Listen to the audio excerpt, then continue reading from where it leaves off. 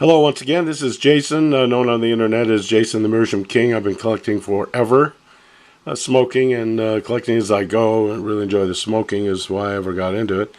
This pipe, I'm asking for your help.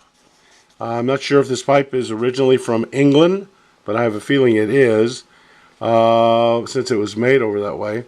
It says right in here, etched in silver, if you can read that. It says, presented to Mr. J. Veazey, Veazey, by the staff of the Devonport North Road station, September 30th, 1888. And it was made by BBB. Here's the pipe. It's beautifully balanced, gorgeous, beautifully coloring. You can see some of the white underneath, like right there, but which you can't really hardly see in person. The lights above me seem to bring it out. If you're new to Meerschaum collecting, if you scratch below, even if they start out pure white usually, and especially at this time, and if you scratch below and it's even being cherry brown or black, you're going to see just below the surface, no matter how color it is, that it's still white underneath as it goes to the outside and is stopped by the wax. And the silver over here shows that it in fact was made in 1887, and it was sold and presented in 1888. And it's my pleasure to have smoked it over the last number of years and try to color it even more. Let me turn it around. And just love smoking this pipe. It's just beautifully balanced. If you know anything about this, send me some email or on YouTube some comments. I hope you're enjoying the pipe. It's a wonderful pipe to still smoke. I have the original amber stem with it as well, and that stem is a clouded amber, kind of a yellowish orange stem now. I really should have brought it out to show you, but I hadn't thought of that. And anyway, again, if you're new to Meerschaum smoking, Meerschaum pipes, I read tonight again more of these crazy articles I've read all my life on this about don't smoke them outdoors. I mean, you don't want to go smoke them hot inside and go out into a blizzard. But if the weather is just anywhere close, I've smoked them everywhere. And they're not any more fragile, as I was reading again, than your briar pipes, despite what they keep telling you.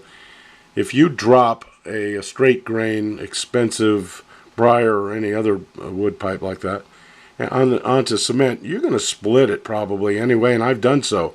I've had no more trouble with dropping Meerschaums than I have briars. In some cases, they actually seem tougher.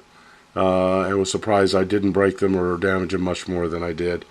So have a good time with them. Forget all that stuff about using a glove and all that type thing. And I smoke them fairly cool, but not because they tell you if you smoke it too hot, the wax. That's kind of, as you're seeing it now, how it looks in person. You don't see the white coming through underneath. It looks very dark in person. On camera, I'm noticing over there that you can see the white coming through. If you scratch below the surface of a Meerschaum, even being cherry color, it's going to be white. And anyway, write me if you know anything about this. I think this guy was probably worked for in England. They have a railroad there, the Devonport, or it was Devon, and I think the town of Devon, and then they call it Devonport Railroad. So I'm thinking it might be from there. And there was also Captain Veazey in the United States in the Union Army, and thought maybe he worked for the railroad after that and retired. I'm trying to search this out and like to eventually see this pipe go back. Instead of to a museum, I'd like to see it go to the original owner's family if they'd like it. So maybe you can help out. And that's pretty much it. So enjoy these pipes. Stop reading all this crazy stuff about them smoking hot and melting down the wax and not coloring on top. That is not what causes that. Trust me.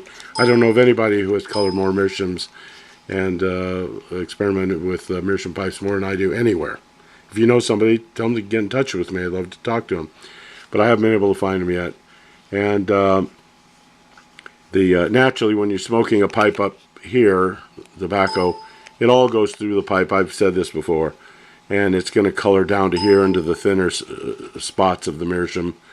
And when you're down here smoking, it's all going to go down the pipe, but none up here. That's the main reason. Sure, some of it might melt down a little bit, but so what? I re-wax it, so that makes no sense, right? Anyway, enjoy your all your comments, and your and some people have my email address to send it to me. Any of those comments, I enjoy hearing from you. Have this silly cold, so forgive my voice tonight. Anyway, this is Jason, or call me Jay, or whatever. And hope you come back and see us once again.